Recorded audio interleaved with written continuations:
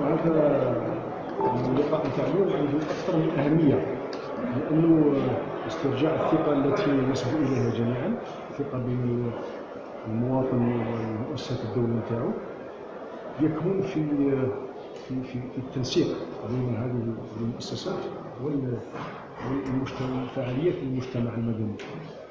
واللقاء اليوم راني جد سعيد لأن المادة موجودة، النية والإرادة موجودة، التدخلات نتاع والحضور بهذا. أولا قبل الحضور نتاع الجمعيات والمجتمع المدني بهذا العدد الكبير اليوم يبين باللي كاين واحد الإرادة كبيرة من طرف الجميع لإزالة التصرفات والسلوكات الماضية.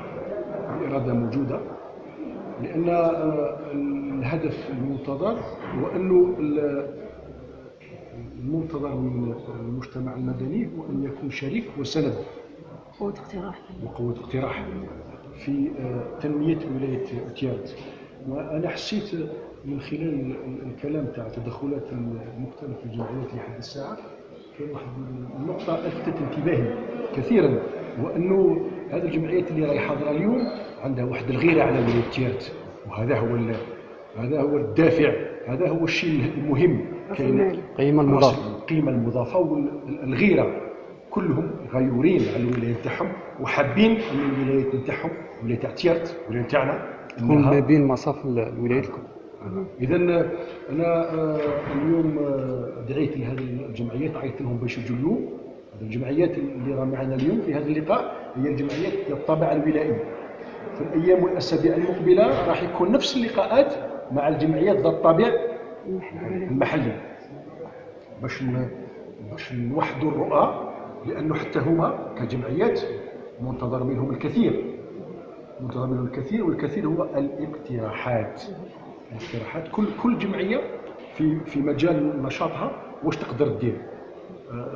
أنا كوالي على رأس ولاية تيارت أعدهم بالشفافية، الشفافية التامة، وقلتها مرارا وتكرارا في كل تدخلاتي. ما حتى حاجة ما نخبيها، حتى حاجة ما تخبى. الشفافية هي السبيل الوحيد والوسيلة الوحيدة لاسترجاع تلك الثقة. وشفت اليوم التدخلات تاع رؤساء الجمعيات كم هي مفيدة، لأنها عن طريق هذه التدخلات سمحت لي بمعرفة الكثير من الاحتكاك مع المواطنين. ولكن ألح وأؤكد عليهم أن ننتقل إلى مرحلة أخرى، وهي مرحلة الاقتراحات. إنه هذا الرصيد من الجمعيات كيف يمكن أن نثمنه عن طريق اقتراحات. معناها الوضعية معروفة خلاص. اليوم كيف يمكن أن نعمل جميعا الإدارة مع هذه الجمعيات، كيف يمكن أن يكون ذلك التواصل لتحسين الوضعية. إذا أنا ألح عليهم بتقديم اقتراحاتهم. سيدي الوالي، المناطق الظل تكلمتوا عليها كثير في الكلام تاعكم. اول ما تهضروا تقولوا مناطق الظل في ولاية تيارت كاين مناطق ظل عذراء ما زالت ما استغليناهاش، ومجال واسع الكثير من المشاريع الاستثماريه من اجل خلق التنميه المحليه اللي قد تنعكس على الولايه باكملها، خاصه في المجال الفلاحي والسياحي والبيئي. لكن هناك دائما تبع عند المواطن واحد النقطه تاع المسؤولين المحليين راهم يضغطوا علينا، راهم كاتمين علينا، راهم واش تقول السلطات المحليه خاصه البلديات والدوائر باش يسهلوا المهمه باش تكون هذا. وبالنسبه للجمعيات، هل يمكن ان ولايه تيارت تخوض تجربه بعض الدول في نماذج ناجحه للجمعيات المؤسسه، لهذه الجمعيات اللي تكون هي تخلق مناصب شغل وهي تدير استثمار، وهي باش دروك كانت تعتمد على السيفونسيون، دروك رانا نطلبوا منها هبات هي تمول نفسها بنفسها باش تكون عندها تمويلات. هل ممكن ان تكون السلطات المحليه المنتظمه الساده والسيدات رؤساء المجالس الشعبيه البلديه والساده رؤساء الدوائر بصفتهم امتداد للدوله على مستوى الدائره، هم ملزمين مش مطالبين ملزمين بفتح قنوات التشاور والتواصل والاتصال مع هذه الجمعيات. كل تردد وكل تقاعس سوف يعرض صاحبه للإجراءات المعمول بها. اليوم الخطأ غير مسموح، أنا قلتها مرارا وتكرارا وأؤكد هذه الجملة التي قلتها مرارا: القطار انطلق خلاص.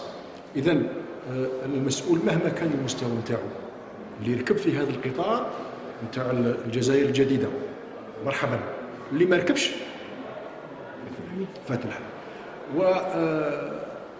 والمنتخبين المحليين بصفة خاصة، السيدات والسادة رؤساء المجالس الشعبية البلدية، المطلوب منهم أنهم يديروا من هذه الجمعيات السند نتاعهم. لماذا؟ لأنه إذا كان ما خدمناش في الشفافية هناك تساؤلات، المواطن يطرح، وهذا شيء طبيعي. إذا عرف السبب بطل العجب. إذا كان المنتخبين أو مختلف الإطارات خدموا وغلقوا على أرواحهم ونعزلوا، كل التساؤلات تطرح. إذن لتفادي هذه التساؤلات وهذا الغموض ينبغي علينا أن نعمل كلنا في الشفافية التامة. وش يعطل؟ وش هو المانع أنه على المستوى المحلي رئيس البلدية ولا رئيس الدائرة يشاور هذه الجمعيات قبل أخذ القرار وفي اختيار مشروعنا؟ ما هو المانع؟ ما كان حتى مانع، ما عدا المانع الوحيد هو تلك الذهنيات. السيدة الكريمة، هناك مانع واحد وهذا هو التحدي، الذهنيات. المانع الوحيد هو مازال في بعض الأحيان هنا وهناك مسؤولين مازال يخدموا بنفس الذهنية والسلوكات نتاع يعني سيد الولي راك تقرر اليوم بإحداث القطيعة ما بين الممارسات القديمة والعهد الجديد هذا الذي أطلق عليه اسم الجزائر الجديدة. هذا هو الهدف الجوهري نتاعي. أنا كوالي سوف أعمل جاهدا لتغيير هذه السلوكات والتصرفات القديمة التي تسببت في اشتياق نتاع المواطن.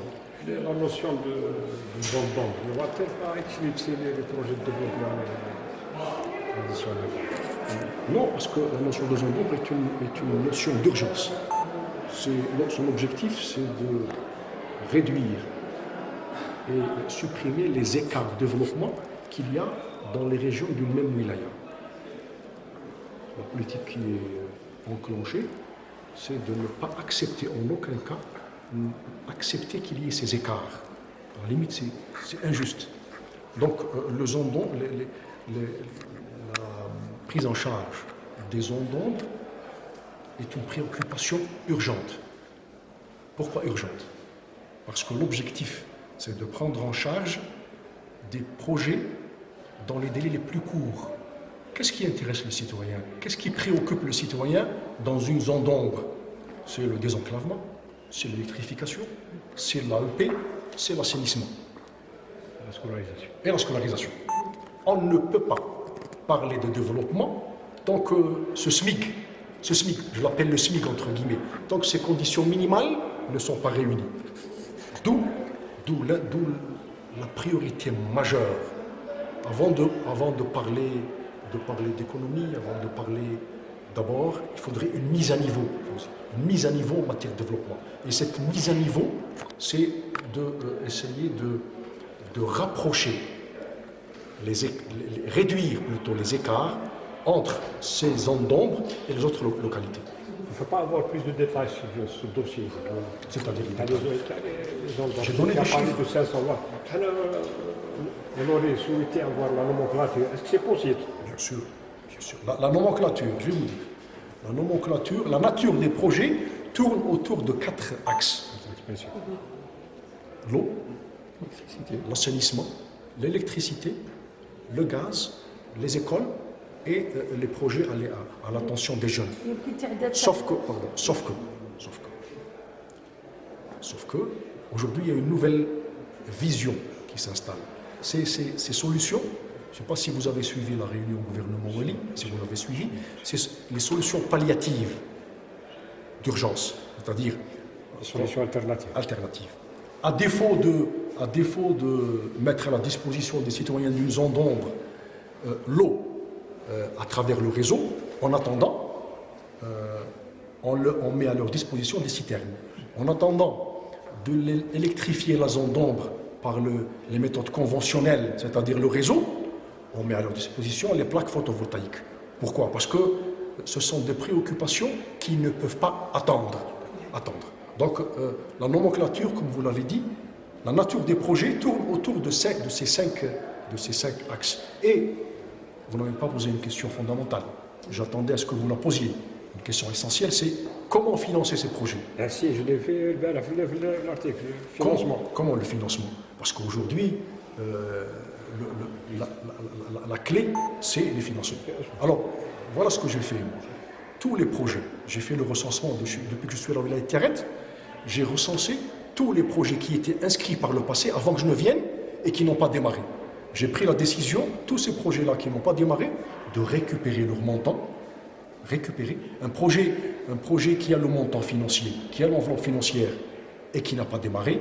Bah, écoute, je suis désolé, ça veut dire quelque part il y a un problème. Donc, au lieu de laisser ce montant en stagnation, j'ai récupéré tout cet argent-là, et c'est ça, tout ce montant, qui nous a permis de lancer ces 377 projets en urgence qui sont actuellement en chantier. Une autre question. هضرت على قطاع التنمية. قلت الناس لازم القطاع الحقيقي تاع شمال فارو هو نيتو. Non. Pas de question. Oui. C'est un projet qui ne rentre pas dans les zones d'ombre. Vous savez que beaucoup de projets aujourd'hui structurants sont gelés. Donc, mais je suis persuadé que ces dossiers-là, ces projets structurants qui sont gelés, je suis persuadé que dans un avenir proche, ils vont faire l'objet de discussions. Il faudrait que dans la nouvelle stratégie, il faudrait qu'on apprenne tous à examiner nos dossiers par priorité. Je vous assure, c'est que par le passé, nous avons éparpillé beaucoup nos efforts. Parce que nous avons oublié, nous avons omis un critère majeur, c'est comment arriver à nos objectifs. Et pour arriver à nos objectifs, il faudrait qu'on se fixe des priorités. Avant les pénétrants, avant beaucoup de projets qui sont structurants et qui sont importants. Il y a d'abord les petits projets qui intéressent les zones d'ombre. Commençons d'abord par régler les petits problèmes. Soyons pragmatiques. Commençons d'abord par prendre en charge les petits projets, tels que je viens de le citer. Après, on parlera. ويساهموا في التنميه. هذا هو الاساسي. الخطوات اللي دارتها الدوله في تسهيل الاجراءات في غضون 10 ايام، من قبل كانت اشهر كثيره. اليوم في 10 ايام نقدروا نعطيو اعتماد للمؤسسه، وعطينا تعليمات باش حتى التحقيقات الامنيه اللي كانت تاخذ وقت اليوم في 24 ساعه المصالح الامنيه تعطي النتائج تاع التحقيقات تاعها. تبقى الان انا اؤكد، انا قلتها في المداخله نتاعي، انه لما قلت انا الشفافيه وفتحنا البيبان، لكن بالمقابل انتظر الكثير من مبادرات، انتظر الكثير من هذه الطاقه. نستمع منها الاقتراحات. توعيه تاعك باش ترجع الثقه بين المواطن، وما نحسبناش ان في هذه المده 6 شهور حققت هذا الوعد تاعك، حققته بنسبه 80%. حسب كيف الجمعيات حاولت الثقه. مازال تسنى فينا خدمه كبيره. المرحله الثانيه لا ديفاع جرابه مازال توجه المواطن. نقول لك بكل صراحه، بالنظر الى التصرفات والسلوكات تاع الماضي مده سنوات، عمل كبير يستنى فينا في هذا المجال، مجال استرجاع الثقه. مازال هذه بدايه، ولكن البدايه باش الثقه تولي لازم المسؤول الاول اللي هو الوالي يبين النيه الحسنه تاعو. وانا في مرارا وتكرارا في كل المناسبات راني نهضر راكم شفتوني بصراحه تامه، عفويه وبصراحه تامه، وهذا هو، هذه طبيعتي.